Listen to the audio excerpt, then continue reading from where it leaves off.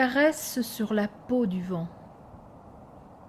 Paysage dépouillé de l'homme, habité de regards.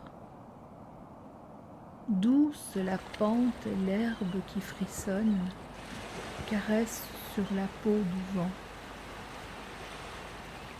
Marais, mouillère grise, mouillure à nos âmes prégnantes, matière vive.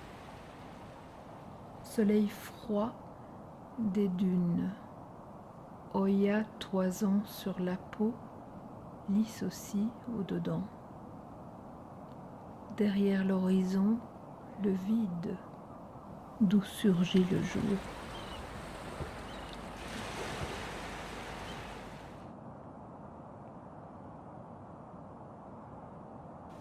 Il y a l'opale, Édouard Lévesque. Avec le sourire de l'aurore, c'est la gamme rose qui nacre les vastes flaques devenues verdâtres. Avec un beau ciel d'été, ce sont les verts véronnaises engendrés par le mélange de l'azur et de l'ocre jaune du sable et l'écume blanche du flot. Avec les incendies du soleil couchant, ce sont les éclairs fulgurants de vermillon et de rouge Saturne qui jaillissent de l'onde. Puis, quand l'astre du jour descend derrière l'horizon, ce sont les verts profonds, presque émeraudes, qui apparaîtront pour diversifier le tableau. Y a-t-il dans la nature quelque chose qui possède cette diversité de coloration sans cesse changeante? Oui, il y a l'opale, cette pierre précieuse au ton laiteux qui jette tour à tour des éclats de vert et de rouge. Mais de quel nom pourrait-on désigner la côte qui nous est chère et qui, des bords de la Canche, se dirige par Paris-Plage dans la direction de l'Authie?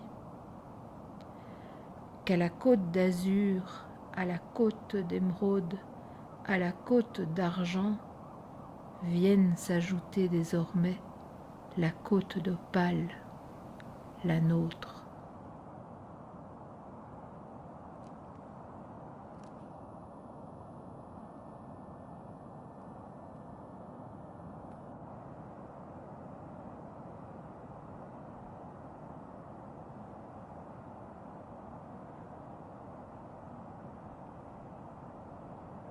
La côte d'opale, en voilà un nom poétique.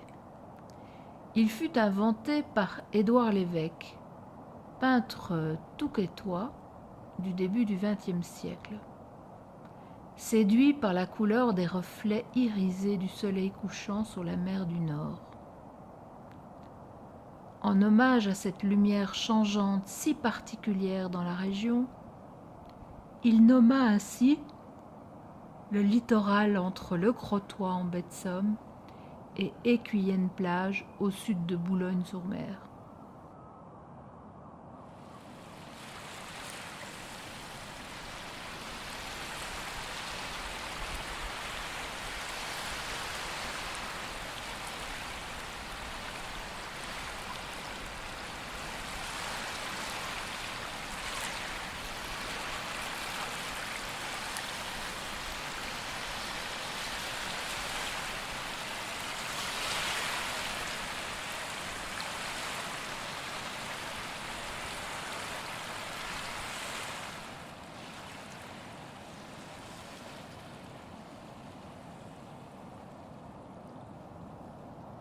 Belle dune entre Kent et Mahon a quelque chose de Tennessee, de britannique dans le nom. Les dunes d'ambre et de miel s'étendent en ondulations tendres à l'infini. Aux doux vallons crème se succèdent des dents plus dures. Sur leurs sommets dressés, les blondes têtes d'Oya frémissent en bouquets d'or, comme une chevelure qui ondoie sur des vagues sableuses. Vers le couchant, la poudre vire au rose.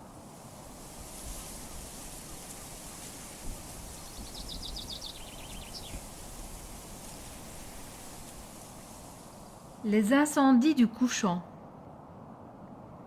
Ce sont du vermillon et de l'incarnat vibrant, une ode aux flammes et au couchant.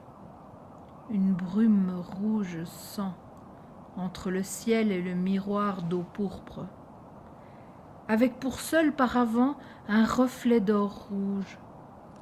Du fuchsia aux violines jusqu'au bleu roi, un jeu de lignes qui fuit l'immense néant, se superpose et fluctue selon le vent.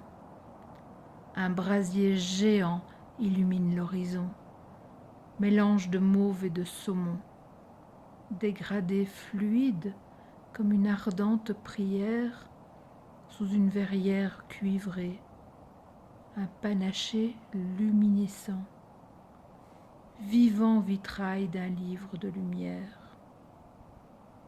Variation brûlante d'ambre roux jusqu'à l'auburn. Puis, comme par magie, le brillant signe de la nuit. Les poussières d'étoiles d'argent, comme un bracelet de diadème, clignotent sur la peau diaphane des dunes endormies.